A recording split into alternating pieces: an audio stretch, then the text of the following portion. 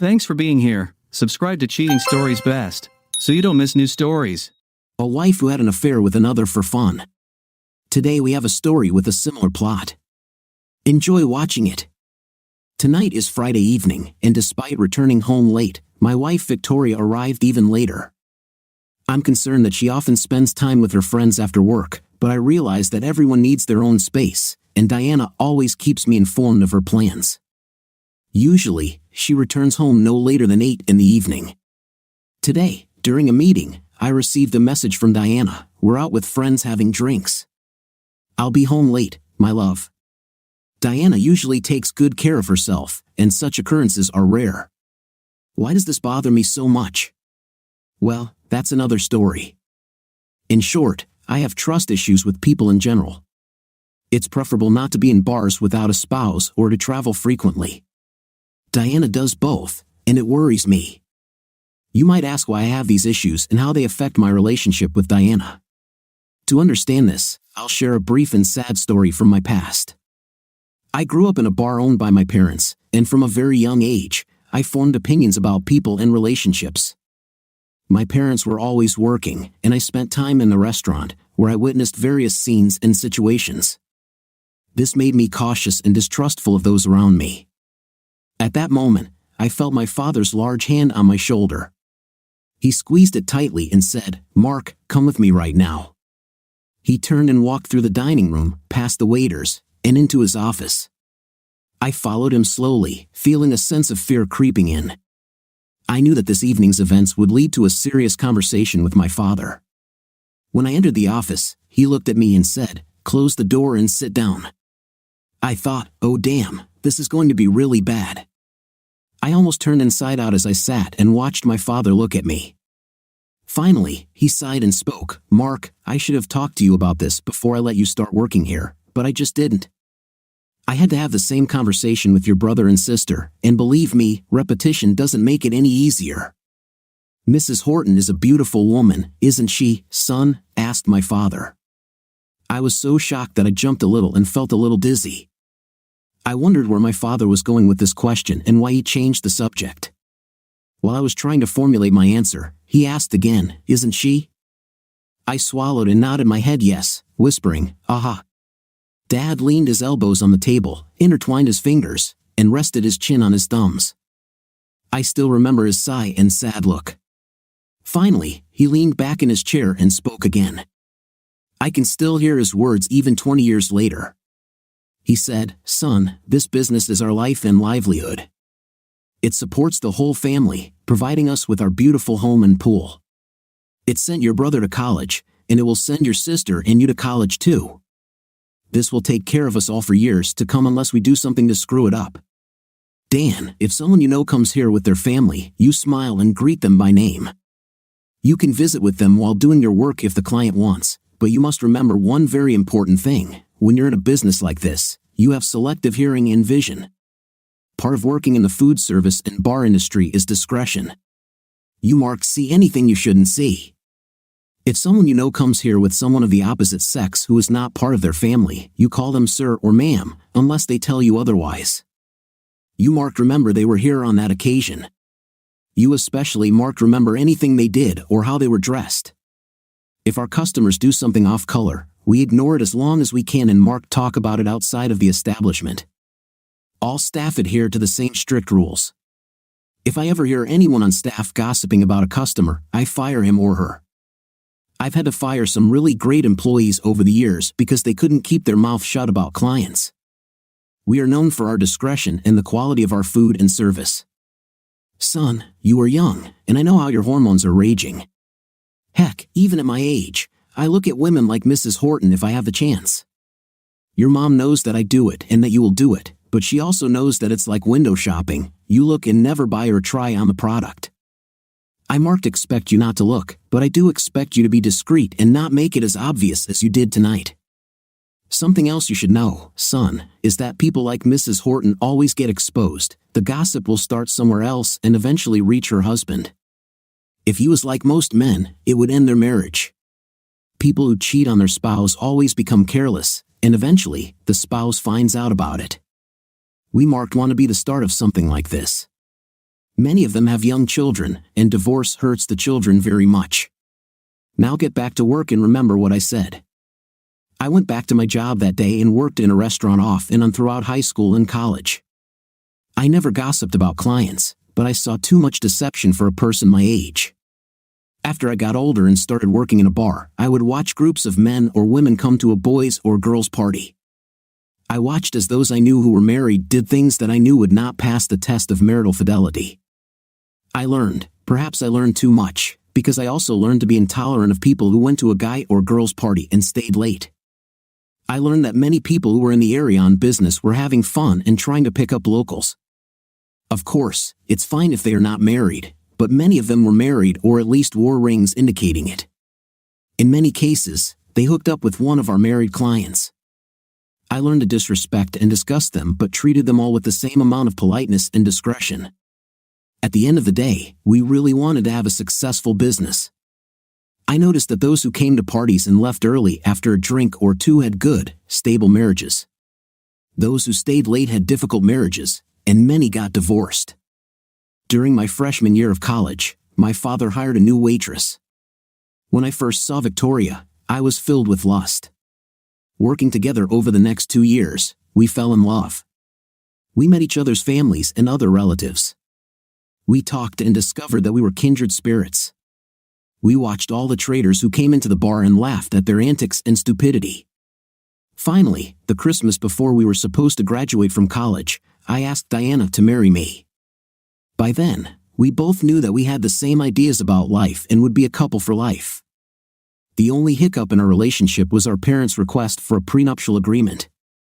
Diana and I knew we were life partners and thought it was stupid. My parents had a business and, to my surprise, a large investment holding. They wanted it to be protected if I inherited it. To my surprise, I discovered that Vicky's parents wanted the same thing. They had a very large fortune and did not want Diana's potential share to be shared with me if we divorced. The way the agreement was drafted solved these problems. We agreed that everything we owned before marriage or inherited from our maternal relatives would remain with us in the event of divorce. The agreement also covered pensions; each of us would keep ours. The only thing we divided was the property acquired jointly after marriage. The agreement even covered child care in the event we divorced with minor children. If one of us traveled more than the other, the children were to be placed in the custody of the parent who traveled less, unless this posed a danger to the children. The day of graduation finally arrived. Diana earned her bachelor's degree in finance and landed a great job at a locally headquartered brokerage firm. I received a bachelor's degree in construction management and a minor in landscape architecture. After college, I worked for a construction company for 2 years, learning the trade. Neither Vicky nor I were interested in a restaurant or bar. My parents turned it into a corporation, and we let my sister and brother run the business. Mom remained an accountant, and Dad was just Dad. He was the boss even if it didn't show on paper. After 2 years of working for another company, I opened my own construction and landscaping business. Since Vicky and I could barely pay for our house and cars, my parents essentially provided the capital for the family corporation's business. I received a salary to manage it. It wasn't easy for us at first, but Vicky steadily moved up the ranks. Finally, one day, she returned home very happy. She was selected for a position in the brokerage company's compliance department. This is the division that ensures that satellite offices comply with all rules and regulations of the Securities and Exchange Commission. The only downside was that her new job required some travel, not excessively, only 3 or 4 days a month, but I worried about my past overtime. My business grew over time. I went from small remodeling jobs to adding rooms and garages to building entire new buildings and landscaping them. I was happy with this arrangement, so I never tried to transfer the business out of the corporation and into my name. I just kept getting bigger and bigger salaries. To my pride, the value of the business and our gross income grew every year. I gradually came to terms with Diana's travels but never felt completely comfortable with them. Although I was not happy with her nightly walks with the girls, she went out sometimes but not more than once a month and was usually home by 8 p.m. Of course, I also had to travel from time to time, and I would sometimes go out for a beer after working with construction crews or office staff. It's just good management, However, I made sure to leave after a couple of beers. I usually returned home no more than an hour later than usual, even if I was meeting with my employees, unless of course Diana came with me. After we had been married for 3 years, Diana and I decided to have children. Our first child was Patrick, and then 18 months later, my little Suzanne arrived. She was so tiny, and as she grew, she resembled her mother more and more. When she gets older, your heart will probably stop. As Diana's experience in her work grew, she became known as the go-to person to handle difficult situations in offices. She found problems and knew how to help fix them. If she met resistance, she was not afraid to expose the criminal. If it didn't work, she wouldn't be afraid to call headquarters and use more force. Many of them were office managers who crossed her path and went looking for new jobs because of this. Vicky began to travel more. Now she was absent sometimes for 2 weeks a month. I hated it, and so did she. We talked. She thought she was on track to take over the department in just under 2 years. Then she would no longer travel and would receive a very significant increase in salary. We agreed to continue in the same spirit, waiting for such an opportunity. Because of the economic slowdown, my small company had to start looking for jobs that we would have given up before the housing market and stock market crashed. We had already laid off about half of our employees. We weren't in financial trouble because we didn't have major loans or overhead, but we weren't as profitable as we used to be. One of the small jobs I went to apply for led my marriage down a path of destruction. Oh, how I wish I had never taken this job. Perhaps then I could remain happily married, perhaps not. I walked into my office Thursday morning, wondering why I even bothered to come in. The night before, I stayed late and finished all the papers that were on my desk. Diana had been away all week for compliance testing. From talking to her, I realized that she wouldn't be home until late Friday evening. So, I worked this morning. I almost went straight to one of our 3 work sites to spend the day getting my hands dirty and inspecting the work. As many of you know, the best way to keep employees on their toes and ensure quality is for the boss to be on the job with them and able to do their best. I hadn't been at my desk long when my assistant called me. She said, "Mark, we have a casual environment here. I try to treat my employees like family. Mrs. Sloan is here and wants to talk about building a deck and landscaping her backyard. Do you have time to visit her?"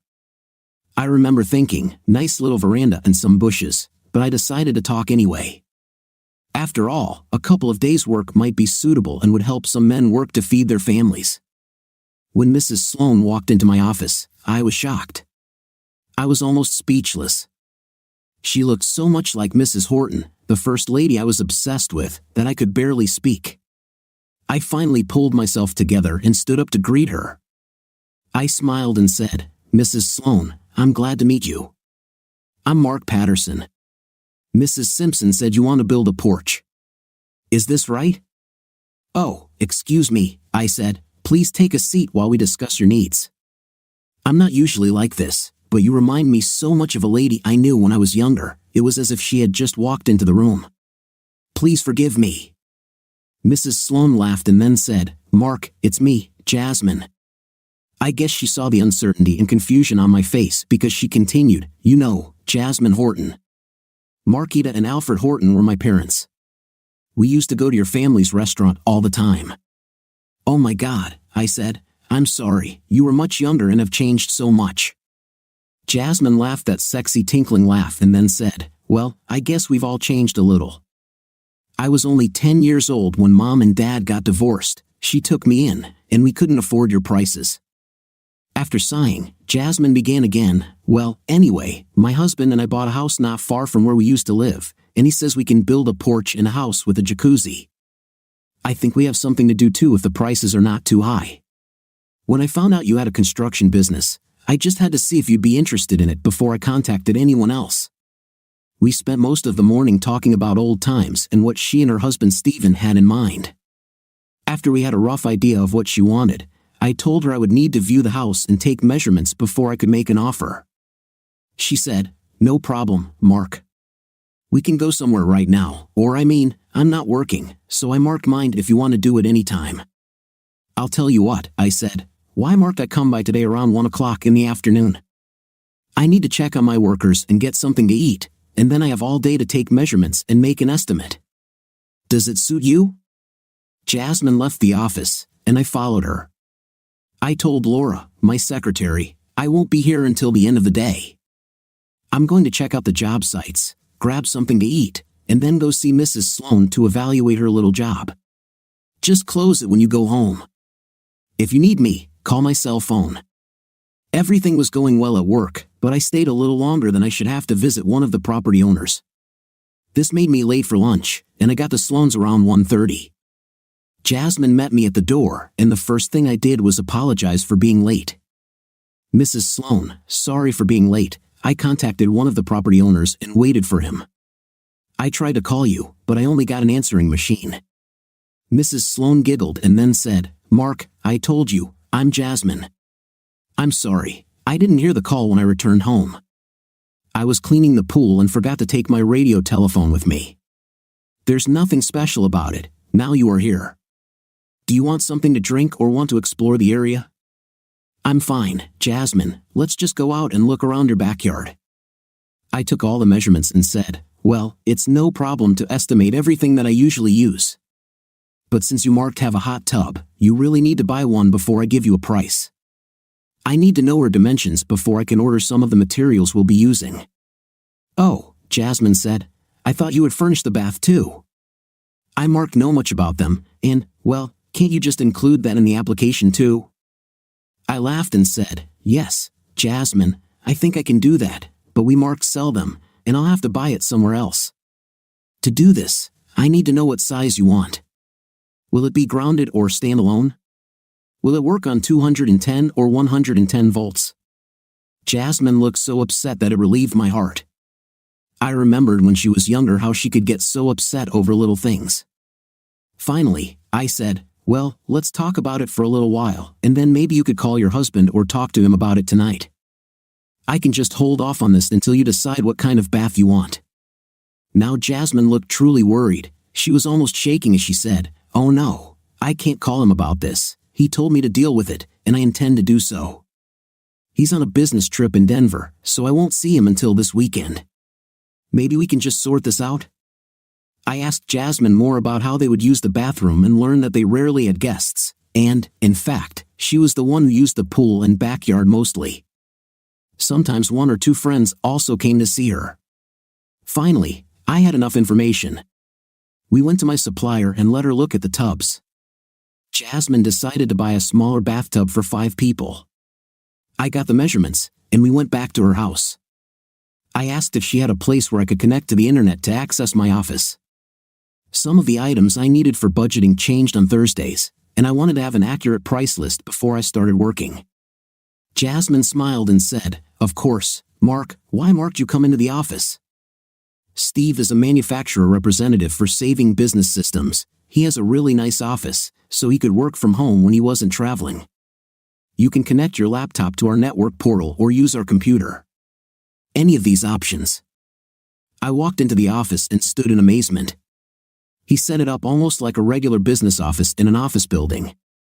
His desk was to the left of the door leading into the room. The office windows overlooked the backyard. There were 2 beautiful leather chairs in front of the desk and a bookshelf opposite. I was impressed. Jasmine walked behind the desk and pulled out a chair. She smiled at me and said, you can sit here while you work. If you need anything, just ask. Thank you, I said, walking to the table. I put my laptop on the table and sat down. Jasmine handed me a DSL cable to connect to my computer. When I reached for it, I had to reach for the photograph. I looked at the photo and stopped. I pulled my hand back and stared at it, then reached out and picked it up.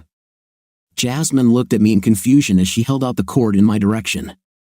She saw my face and the way I was clutching the photograph and asked, Mark, is something wrong? This is my husband, my pride and joy. I keep trying to get him to throw away this photo and get another one from his cell, but he won't. I'm really tired of looking at his ex-girlfriend when I use the desk. Mark, do not look at me. So, what's the matter? Jasmine asked again. I carefully replaced the photograph and moved away from the table. I looked at Jasmine and asked, did you tell me your husband was in Denver? She looked surprised and then said, "Yes, I said that." "Why did you ask?" "My wife is in Denver and stayed there all week." "Jasmine, did you ask Steven where to go for an assessment, or did you tell him you were going to talk to me?" "No, Mark, what difference does it make anyway? He simply told me if I needed a deck and a hot tub and to get an estimate. He said if it didn't cost more than $220,000, I could do it. So why are you asking these questions?" "The woman Steve is with in this photo is my wife, Jasmine." Jasmine smiled and said, "Oh, it's so strange that you married Steve's ex-girlfriend. We've only been married for 18 months. When did you get married?" I felt my stomach churn and looked back at Jasmine. "Vicky and I have been married for 9 years. This photo was taken no more than 2 years ago because it is of a necklace I bought for Christmas a little over 2 years ago. She bought an outfit that she will wear to go on vacation next summer." Jasmine stood there for a moment, then said, "Mark, I feel sorry for you. If you say what I think about you, but okay, why are you worried that she's in Denver?" "Jasmine, you said you were married for 18 months. Do you know when this photo was taken?" "From what I remember of what Diana was wearing in this photo, it may have been taken around the time you got married." "When did Steve have time to frame it?" "Why did he say?" "But it can't be because the photo was taken the day he won first prize at the big Chevrolet car show in the state." Jasmine began to cry and fell into one of the comfortable chairs in front of the desk. She continued quietly, "It was 3 weeks before we got married. I just never thought. I mean, he said it was an old photo, but he was holding the first place trophy. Damn him." "Jasmine, wait," Mark said, "let's think about everything carefully. I saw all this while working in a restaurant. I learned to ignore other people's affairs and not talk about them because traitors are always caught in the end. I admit it looks bad, but all we know right now is that Steve and Vicky are standing in front of his car hugging each other. We also know that the photo was taken approximately 18 months to 2 years ago. You are quite younger than us. Mark thinks Steve could be Vicky's old boyfriend because we started dating when we were 18 and both worked at my dad's restaurant, although he might be. I know the names of everyone she had a crush on when she was younger, no more than you probably know Steve. By the way, how old is he?" "He's 29, and I'm 27. "Ha. Well, this is possible because Diana is not yet 31 years old. I just do not know. Crap, what should we do now? If we ask them about it, all they will do is deny it, regardless of whether they had an affair in the past or not. If they are having an affair and we ask, they may run away or simply become more secretive. I feel like I need to ask, and yet, until today, I would say that I trusted Diana implicitly. Crap, I just do not know." We talked some more and came up with what we thought was an acceptable plan. We would say nothing about what we thought we discovered that day. Jasmine wouldn't tell Steve about the conversation with me, and we would hire a private investigator to check on Diana and Steve. The next day, Jasmine and I spoke to the security company we use for our construction sites, and they referred us to the investigative company they use. We spoke with their staff and signed a contract for their services. We each gave them a check for our share of the advance and went home. Jasmine shortened the name on the check so that if Steve asked, she could say it was a deposit for the job we were talking about, and I was using a business account. Vicky never saw any checkbooks or receipts, so I was safe. I would just have to pay damages to the business. 3 weeks later, Jasmine and I met with the investigator. He said, "Mark, Jasmine, I'm sorry. No, this is wrong. I'm happy to report that we can't find anything to indicate that your spouses are dating or even know each other. We watched them every afternoon and after work, and they didn't do anything they weren't supposed to do. The only unusual event was last Friday when Mrs. Patterson and several of the women she works with went out after work. They went to several bars in St. Louis and danced with several men each. Vicky danced with Steve once, but it was decent. There was space between them, and neither of them allowed their hands to wander. There was no kissing or anything untoward. No one else saw them talking to each other after the dance." I sighed and leaned back in my chair. I looked at the investigator, then at Jasmine. I was beginning to believe that this whole mess was the result of my ingrained mistrust acquired while working in the family business. I checked all the phone records. We even installed cameras and voice recorders in the house, as well as voice recorders in Diana's car and purse. They were also spotlessly clean. Finally, I sighed and said, "Well, I guess we can just chalk it up to paranoia then. You have no idea how happy I am to know this, but I'm so ashamed that I even thought that Vicky and Steve would do something like that. We can just stop this." "Wait a minute, Jasmine, didn't you tell me Steve was going to San Antonio next week?" Jasmine looked puzzled, then said, "Yes, what does this have to do with, oh, we won't have to keep an eye on anyone next week, will we?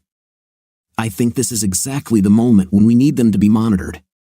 Diana told me 2 weeks ago that she had a compliance check scheduled for next week." I marked remember exactly where she said she was going, but I think it was Austin, Texas. Depending on where in these cities they stop, the distance between them may only be about an hour or maybe less. We've pretty much established that they marked occur here in this area. I think we need to at least check this next trip. If they come out clean after this, I'm willing to admit that I acted like a paranoid fool. Despite what we saw in this photo, it's reasonable to assume that if they were old friends, Diana would have allowed him to take a photo of her with him and his trophy. Throughout all the uncertainty and investigation, Jasmine and I could see no signs that Vicky or Steve were treating us any differently. They were exactly the same as they had always been. I thought and thought, but I couldn't figure out how Diana was different from when we were dating or right after we got married. She made me feel incredibly special, like I was the sole focus of her attention. Whenever I desired intimacy, she was there for me, responding with the same affection and care that she always had throughout our relationship. The Friday night before Diana's next trip, we went out for dinner on a date.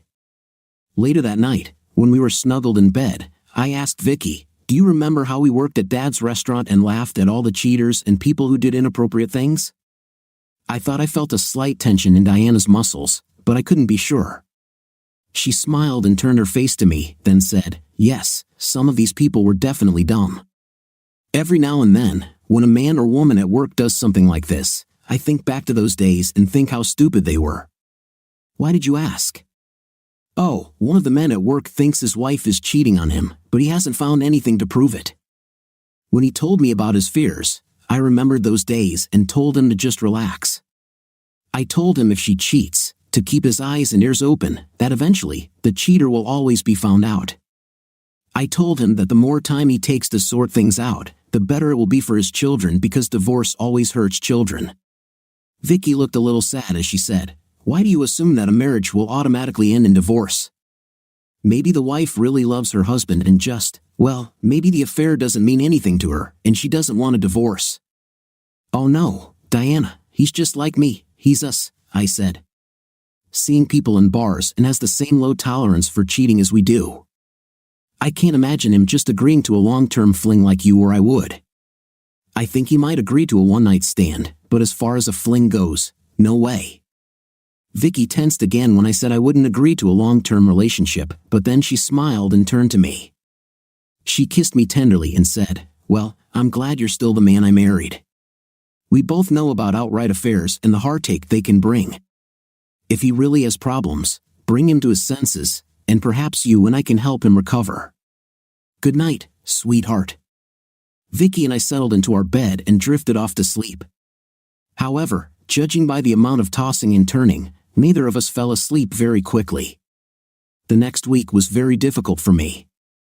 I called the investigators twice to see if they had found anything, but all they told me was, "Our detectives are keeping an eye on them both, and we'll have a report for you next Monday."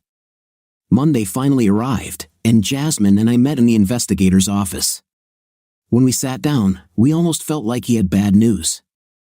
The investigator leaned back in his chair and said, "You know, when you wanted us to follow your spouses last week, I almost told you it would be a waste of money. This was one of the most difficult cheating spouse cases we have ever encountered. You were right, though. Steve and Vicky are having an affair. We have photographs and taped conversations to prove it. I must say, I'm very surprised. If only we had stopped after following them here to St. Louis, we would never have found this. In the Louis area, from the conversations we recorded, they only get together 3 or 4 times a year in cities far away from here. Even there, they pretend that they met by chance if they happen to be in town and try very hard to maintain the appearance that they are just old acquaintances. However, what we found was a pair of very smart traders. They went to 2 different cities and stayed in 2 different hotels. However, they met at the 3rd hotel, and even then, they did not stay in the same room. They rented separate rooms at different times, but the rooms had an adjoining door. Steve paid for his room in cash, so there was no paper trail. Vicky registered as Angela Foster and used a credit card in that name with an address in Washington, Missouri. She had a government ID in the name of Angela Foster. Steve checked in as Stephen Allen, again using his government ID card for identification. Also, they only rented these rooms from Tuesday to Thursday. They did not stay long and only saw each other on those 2 days. I sat back in my chair and thought. I said, "Foster?" Vicky's maiden name is Victoria Angela Foster. Jasmine just said, "Allen is Steve's middle name." "Well," I said, "I think it's all over except for the tears. I will speak with a divorce lawyer as soon as I can make an appointment." Jasmine started to say something when the investigator intervened. He said, "Wait, that's not all. Usually, Mark even mention it, but in this case, I just can't convince myself that this is what it looks like. I know they had sex, but damn, it doesn't feel like a fling. It's more like they were playing some kind of game. We have hours of taped conversations, and most of them are very harmless. There were only 2 sexual intercourses the whole week, and the conversation in bed was so strange. Here, let me put in a tape and show you what I mean." When the investigator played the tape to the point he wanted us to hear, we heard Diana speak. She said, "You know, Steve, I'm starting to think we need to end this. We've been doing this for 6 years now, and we've had fun. We have proven that we are the exception to the rule in Smart Trader. I think even you will agree that sex with each other is not nearly as good as with our spouses. Also, something Mark said on Friday night bothers me. We talked in bed, and he reminded me of what we learned at his parents' restaurant. He reminded me that all traders are caught sooner or later. No one ever considers all possible options. Eventually, all cheaters either become overconfident or make one small mistake that gets them caught. I'm still worried about Denver. It was the first time we went to the same city, and I still think it was a mistake. We shouldn't have changed the plan. We should only get together when we could go to different cities close enough to each other that we could meet in the middle, like we do here now. I know it's a hassle to rent 2 rooms and pay for a room we marked use, but still, I think we've proven what we set out to prove. We are smart cheaters, and if you play the game smart, you can cheat and win. I really want to do anything that could cause me to lose Mark. I love him to death. He is the best man I have ever met in my life. Hell, after we got together the first time or 2, the only real charge I got out of this whole mess was planning and scheming. I can spend hours planning and thinking about deception. Getting documents, booking a room, and organizing a trip is better than solving a crossword puzzle or Sudoku. Damn, sex only dulls my horns now. Mark, pretend to be a man. I know for sure that you feel the same. You told me in Denver that you always return to your hotel unsatisfied. The investigator stopped the recorder and spoke again. He said, "That's not all, but this was the most mysterious part of the conversations. I just can't for the life of me understand why." The investigator stopped and stared at me as I started laughing. Finally, I pulled myself together and said, "I'm sorry. I really, Mark, think it's funny, and I'm mad as hell, but, well, there's something in this conversation that I think I need to enlighten you about. You see, a few years ago, a couple that Diana and I were friends with got divorced. His wife cheated on him, and she got caught. It turned out that she had been colding her husband for almost 4 years before she was caught, and that it was just a simple little mistake that she made. The night we found out about the affair and divorce, we were hanging out with other friends. We entered into a discussion about deception and stupid things that traders do. We remembered once again what my father said when we worked in the restaurant and what we saw while working there. Diana continued to say that she was convinced that any person who wanted to cheat could do it if they just kept it under control and were smart.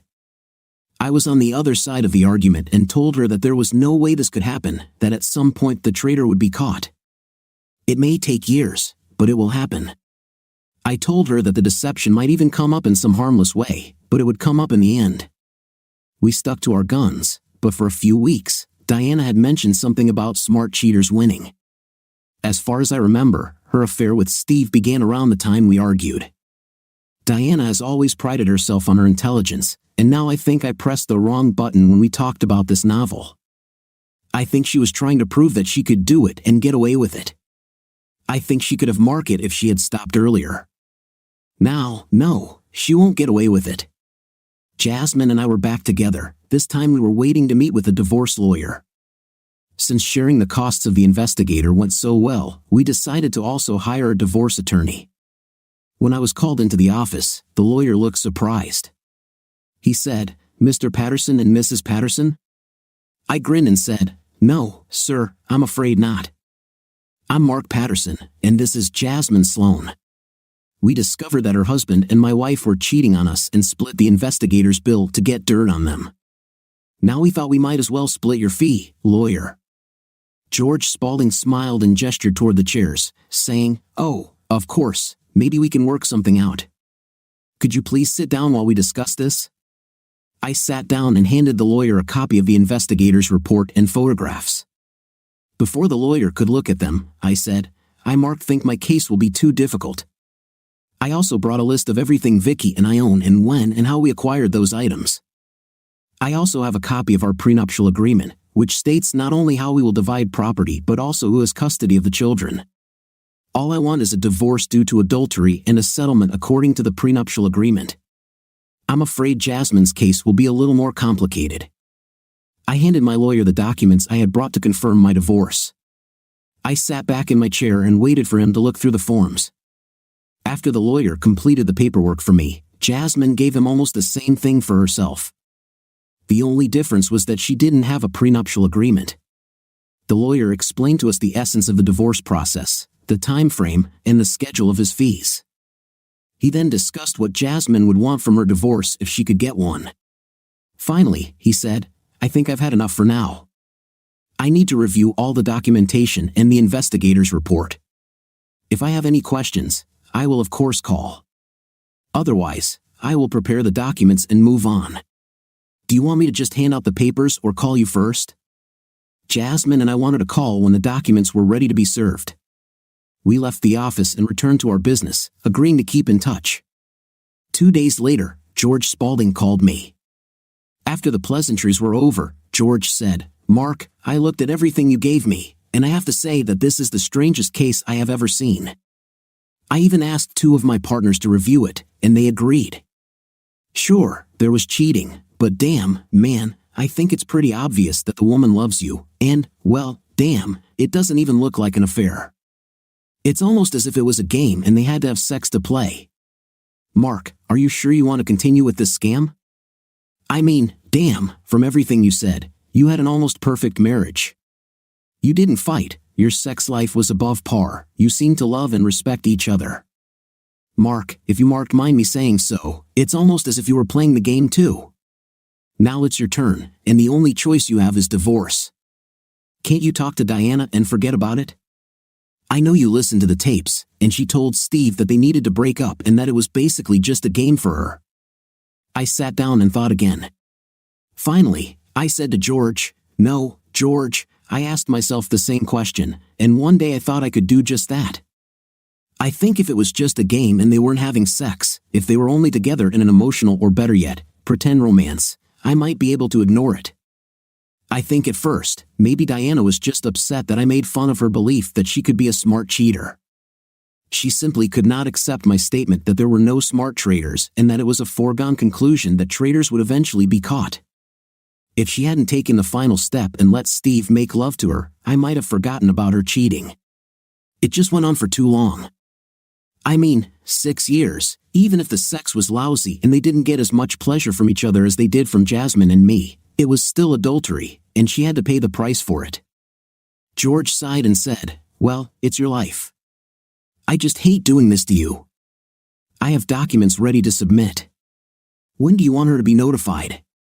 I smiled and said, "Well, George, he and Steve are on the East Coast this week. She should be back late Friday afternoon. Can we notify her on Friday at work? I'm guessing her plane lands at noon, so she should be in her office at, say, 3:30 or 4. I'd like her to be notified and given the tape I have for her." This is a fragment of her conversation in which she and Steve talk about the breakup. You can listen to it, of course, but at the end, I say they lost. Like I said, cheaters will always screw up and get caught. On Friday morning, I gathered all my crew in my office before they headed to their work sites. I explained that Diana and I were getting a divorce and why. I told them that they should not take orders from her and not tell her anything more about the business or my personal life. When they left, Laura, my secretary, said, "Oh, Mark, I'm so sorry. I just can't believe Diana would do something like that. I still remember how she hates traitors." Laura laughed and continued, "I mean, some of the comments she used to make when we saw someone we knew doing something like that." At 4:10 the same day, my lawyer called me and said that the documents had been served. Around 4:30 that same day, I received the phone call I had been dreading. Using the caller ID, I realized it was Diana. I picked up the phone and said, "Hello, Diana?" I heard sobs, then a quiet, weakly trembling voice said, "Mark, please, can't we end this? You know that I love you with all my heart." I know I was so stupid. Now, but you pissed me off the hell that night when you lectured me in your arrogant way for saying something a smart cheater could get away with. Mark, for the first year, all we did was plan and meet just to show that we could do it. I know you heard me when I told Steve I didn't love him and the sex wasn't even that good. You know we were going to stop. Please, Mark, do this to me. I still can't believe you actually found out about this after all these years. I'd like to know how the hell you did it. Diana, I didn't do this to us, you did. Now I have to end this. I thought we were completely on the same page about cheating and affairs. I thought, damn it, I knew none of us would approve of cheating. We agreed that in the end, traitors get what they deserve. I guess, no, I'm just wondering how you could even do something like that. How could you even justify this feeling that we both experienced? I decided to take pity on Diana. In a sense, I decided to tell her how I found out about this affair. Diana, I never intended to tell you how I caught you, but now I think I will. You were partly right when you said you shouldn't have gone to Denver together. That Thursday before you came home, I was in the office, and Jasmine Sloan walked in. She wanted us to then build a deck and landscape her backyard. She let me use Steve's office, and I saw a picture of you with him and the trophy his car won at the State Classic Chevrolet. She told me that you were one of his old girlfriends. I almost bought it until I realized that in the photo, you look old enough that it happened recently. In addition, you were wearing jewelry and clothes that I knew were only about 2 years old. I was almost ready to put aside my fears and assume that you were dating before we became a couple and just somehow ran into him at the car show. I changed my mind when Jasmine and I talked a little more, and I learned that you were both in Denver that week. We have decided to hire an investigator and follow you. We kept tabs on you both for the next month, and with the exception of one dance at your friend's party, you two had no contact. We were going to stop investigating and write it off as a coincidence that you just happened to see Steve and posed for a photo with him. By that time, Jasmine and I were exchanging all kinds of information about you, too, and I remembered that she told me that Steve was going to be in San Antonio. And you told me that you were going to be in Austin. We decided to follow you during this week. If we didn't find anything, we were going to throw it away. But we found something, didn't we? I heard sniffling in the background. Then Diana said, Mark, I love you very much. I do not want to lose you. Can't you just please forgive me just this once? I sighed and answered, no, honey, I just can't. At least, I can't right now. I think I could if you hadn't cheated on me, but I just can't get over the fact that you had sex with him and how long you had an affair. But, honey, Mark, you see, it wasn't really a novel. It was more like a game. I just had to prove that it was possible. Sex was because we were away from home and we were horny as hell. You know, it was almost as if we were using each other to masturbate. We didn't make love, and as far as I remember, we never told each other that we loved each other. It was always about playing the game, and then for the last 4 years, just getting some sexual relief. Diana, it doesn't matter. All that matters is that you did it. You planned to make me a cuckold, and you succeeded. You were supposed to meet Steve somewhere and planned to meet him.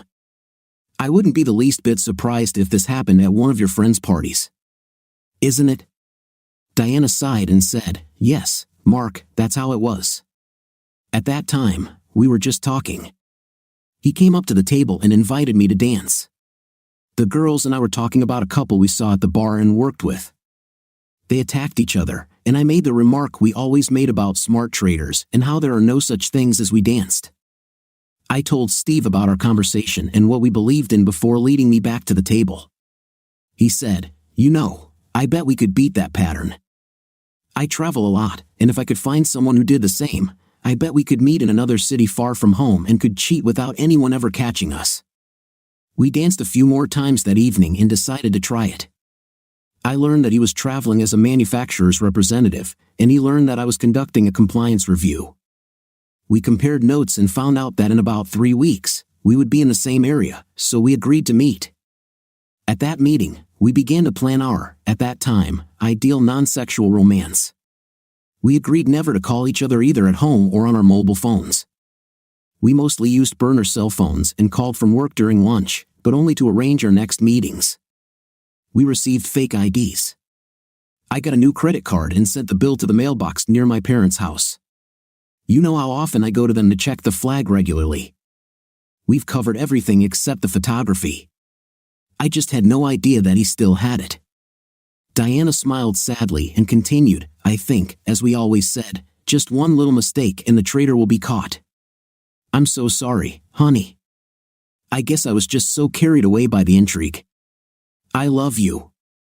I heard a click when Diana hung up. I was surprised to feel tears running down my cheeks. I sat back in my chair and thought. I never knew when Laura said goodnight to me. My next memory was how I shuddered because it was dark outside. Before the final decision on divorce, and at different times, both sets of parents tried to dissuade me from divorcing Diana. Perhaps the most sincere request came from her parents.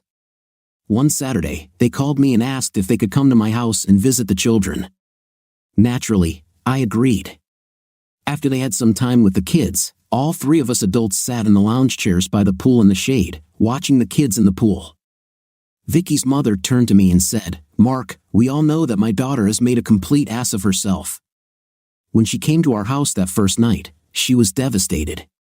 We had a hard time getting out of her what was wrong. She was hysterical and said she had ruined everything. We finally calmed her down enough to get the whole story out of her. She showed us all the evidence you had on her. Mark, I have to say that if I had caught her father doing what she did, I would have left him too. But can't you do what I say instead of what I would do? I know she loves you very much. I see it every time she looks at you, every time she talks about you, every time she sees your photo. Her problem is her damn intellectual superiority. She was so used to being the smartest woman around that she had to prove that she could handle something like this.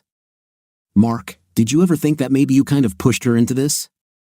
She told me about your argument over friends just before she decided to prove that she could have an affair without getting caught.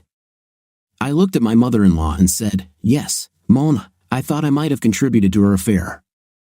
I think because I said that if she had just met him and they didn't have sex, I could have gotten over it. But she didn't. You know how we both said we were cheaters before we got married. You know how adamant she was about the additions to the prenuptial agreement that dealt with infidelity. Then she did something like this. No, I just can't leave it like this. I'm breaking my heart over this, but I just can't. The divorce was final, and for once, I was glad we had a prenuptial agreement. We had some investments that we had to share. Besides, we owned this house together. Since my business was registered in the family's name, and the only shares I had were considered gifts to me, Diana did not receive any share in it. I allowed Diana to withdraw the value of her share of the house from the investment account, so I owned it outright. I was always nice to Diana when I saw her and never gave her any trouble about visiting the children. I still wanted to hug her when I saw her, but I knew I could never trust her again. One day, I was taking the kids out to dinner when Jasmine walked into the building. She stopped at the door and looked around. She seemed unsure of herself. The hostess approached her and asked about the number of guests. Jasmine raised one finger. I saw this and jumped out of my chair. I intercepted the hostess and Jasmine before they reached her table. "Jasmine, good to see you," I said. "I saw you tell Patty that you were alone. If you want, just my children are with me. We could sit at the same table." Jasmine looked at me for a moment, then smiled. I felt my heart lighten, and the whole room seemed brighter. She stepped towards me, quickly hugged me, and kissed me on the cheek. "Thank you," she said. "I think I would like it. I've been so lonely since." After Jasmine was seated, I introduced her to my children. Even before she opened the menu, my father was next to the table and said, "Mark, are you hiding something from me? Who is this beautiful lady?" I laughed, and Jasmine smiled. I turned to my father and said, "Dad, this is Jasmine Sloan." It was her husband. Her mother was Marquita Horton. They came here often when I was a child. Mr. Patterson smiled and said, "Oh yes, now I remember you. You look so much like your mother that I can't believe I didn't recognize you. How are your parents? I haven't seen them for many years." Jasmine looked at Mr. Patterson and said, "I guess they're both okay. Sometimes I talk to my dad on the phone. After the divorce, he moved and is now in Kansas City. I see my mother a couple of times a month. She lives north of the city. Well, I hope you have a good time tonight. I hope that now that you remember where we are, you will come back here more often." After Jasmine placed her order, I asked, "How are you doing?" I wish I had called more, but summer is my busiest time of year. Although I probably used that as an excuse. I could find the time. "I'm really sorry." "Oh, Mark, be stupid," Jasmine said. "I know that you are busy, and I didn't call you either. In fact, I'm here tonight to celebrate. Steve finally gave in, and today my divorce was final. We had to sell the house, and we split everything 50-50ths. Because of this, he fought child support and got a divorce. But since he was the one who didn't want me to work, I eventually won. I had to rent a small crummy apartment, but as soon as I find a job, I'll find a better place." After eating, the children became more and more restless. Jasmine and I talked and even ordered a second bottle of wine. Finally, I said to Jasmine, "I think I need to go before these two bullies ban me from this place. It was really great talking to you again. Maybe we can do something similar again." Jasmine smiled and nodded her head. She said, "I would like that. I can afford it." She called the waitress and asked for the bill. The waitress smiled and said that both bills were paid. I laughed and said, "That old idiot. I usually cry, and he knows it. I think he's trying to set us up." I reached into my wallet and put the appropriate tip for the waitress on the table, then stood up. "Come on, children, go say goodnight to your grandparents and let's go home." I helped Jazz up from her chair and offered her my hand. "May I escort you to your chariot, my lady?" I asked. Jasmine smiled, took my hand, and said, "You can, good sir." As we waited for the kids to return, I turned to Jasmine and said, "You know, I really want this night to end. Before you came, I was hoping that I could get home in time to just sit by the pool and relax. All I was looking forward to was spending the night alone with the kids." Jasmine looked at me and said, "Me too, except that we have a pool in our apartment, and I have kids. Jasmine, it's still early. Would you like to come visit me again after I put these two to bed?" Jasmine smiled and nodded her head affirmatively. She whispered, "Yes, I would really like that." After the kids went to bed, I stocked the refrigerator with wine, beer, soft drinks, and ice. I placed it between the sun loungers by the pool and told Jasmine to choose for herself. I reached for the Pepsi and leaned back in my chair. Jasmine also took a Pepsi.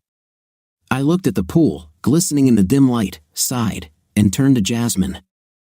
I said, "You know, I think your mother is partly responsible for my divorce." "Oh, damn, I'm sorry, Jasmine. I shouldn't have said that. I was just wondering." "Well, Jazz sat and looked at me in horror. I thought I saw a small tear in her eye. I rose from my chair with difficulty and sat down on the edge of Jasmine's chair. I wiped a tear from the corner of her eye and said, "Let me now explain that I made a complete ass of myself when I was 16. I had only been working at the restaurant for about 3 weeks when your mother walked in with a strange man. They had dinner and then went to a bar to drink and dance. I always thought your mother was the most beautiful woman in the world until I met you. Anyway, I couldn't take my eyes off her, and my father not only saw me looking at her but also heard me say that I should tell my friends about what I saw when we got to school next Monday. PHW. I still remember the reprimand and lecture that I listened to that evening in his office. I think that evening, however, influenced my thoughts and beliefs about marital fidelity to this day. You know that later, Diana came to work with us and was given the same lecture. We used to talk so much about our experiences and what we saw in the restaurant. I thought we agreed with my father's philosophy. Maybe, although I was too stubborn about fidelity for my own good. I just thought that my meeting with your mother that night set me on the tough path I've been on throughout this whole case. I'm sorry, and before you ask, no, none of my family or our employees ratted out your mother. I know who did it, but it was almost a year after that incident before your parents got divorced, and as far as I know, that was the only time she and her male friend were in a restaurant. Jasmine looked at me and said, well, maybe something good came out of this mess then, or maybe not, depending on how you look at it. You know, she married this man, and they lived together until he died in a car accident a few years ago. I'm not sure, but I think she cheated on him too. I have always heard that once a cheater, remains a cheater. After I was sure Jasmine had stopped crying, I returned to my chair, and we started talking about more interesting things. I learned that she had a degree in accounting and had worked in accounting for some time. I smiled to myself because I remembered my mother complaining about how she wanted to get more rest but couldn't since she did the books for the bar and restaurant and also helped supervise the wait staff. I also thought that I should hire some kind of nanny for Laura. Maybe the following Wednesday. I hadn't been home from work long enough to do anything other than drink a glass of water when I heard a knock on the front door. I opened it and was hit in the chest with something soft but heavy. I focused my gaze and saw Jasmine King hanging on my neck and trying to kiss me. She said through tears, "Thank you, oh thank you. Your parents called me and offered me a job. I went for an interview and test, and they hired me. I start tomorrow. They pay me too much." And she started crying again, and I just hugged her to my chest and stroked her hair. Over the next few months, Jasmine and I grew closer and closer. I started taking the kids out to dinner 4 or 5 times a week and seemed to space out the visits so that the accountant was free to dine with them. Christmas came, and Jasmine was invited to dinner at the Pattersons. Me and Jasmine both helped prepare the New Year's party at the bar. My father and brothers and sisters constantly complained that we were of little use. Every time they looked for us, they found us hugging and kissing. However, all this was said in jest. By this time, we were already an established couple. Every invitation one of us received automatically included the other. Valentine's Day arrived. It was another big day for the restaurant and bar, so Jasmine and I had to work again. After most of the customers had left the restaurant, I walked into the restaurant part of the building and said, "Jasmine, could you come to the bar for a minute, please? The band is on break, and I need you to help me get on stage for a moment." Jasmine smiled and said, "Of course." I needed a break from this place anyway. When we got on stage, I asked Jasmine to hold the microphone stand while I knelt down. I pulled on its base and then raised my voice. I said, "Hey, I need some light, can you get it for me?" Jasmine was looking around for a light source when one of the spots illuminated both of us. I said, "Jasmine," the microphone picked up my voice and transmitted it throughout the hall. When Jasmine looked down at me, she saw me holding something out for her to take. It was a black square, and she thought it might be part of a black microphone stand. The light was quite bright, and she couldn't see very well. As she reached for the object I was holding out to her, I spoke again. I said, "Jasmine, I'm down here, groveling at your feet. I beg you, will you marry me? You brought sunshine back into my life, and now I'm only happy when I'm with you." As soon as Jasmine's fingers touched the box, her mind deciphered what I was saying. She closed the box with her hands and said, "What?" I repeated my question, "Will you marry me?" Jasmine opened the small box and saw a beautiful ring inside. Her jaw dropped, she gasped, and brought her empty hand to her mouth. She then slowly took the ring out of the case. In slow motion, She looked at me, then began to put it on the ring finger of her left hand. Tears streamed down her cheeks. She knelt down and gave me a deep, long, sensual kiss. "Yes," she moaned, "oh yeah, I love you with all my heart, and I've been dreaming for months that you would love me too." The hall resounded with whistling and hooting. When Jasmine came out to take a breath, she saw my whole family gathered around. My brother lifted her to her feet and hugged her. Then she was passed from person to person as they hugged and congratulated. Our lucky star's Jazz has scheduled her wedding for June. Over the past months, she has slowly moved her belongings from her small apartment to my house. At the post-wedding reception, Jasmine and I opened gifts. At the very bottom of the pile lay a single yellowed envelope. Inside was a heart-shaped valentine that seemed as old as the envelope. The original signature has been erased. Looks like it could be me. On the valentine were written the words, "I received this valentine from the only man I have ever loved on our first Valentine's Day." Since then, I have carefully kept it. Somehow it seems fitting that I pass this on to you now. Perhaps this is a symbolic transfer of his heart from me to you. May the rest of your lives be filled with love and attention for each other. May you never break another's heart or allow foolish pride to tear you apart. Congratulations. I wish you both a life full of love and happiness. With all my love, Victoria. What do you think of today's story? In my opinion, the story is quite informative and interesting. What is your opinion? Write in the comments. See you in the comments.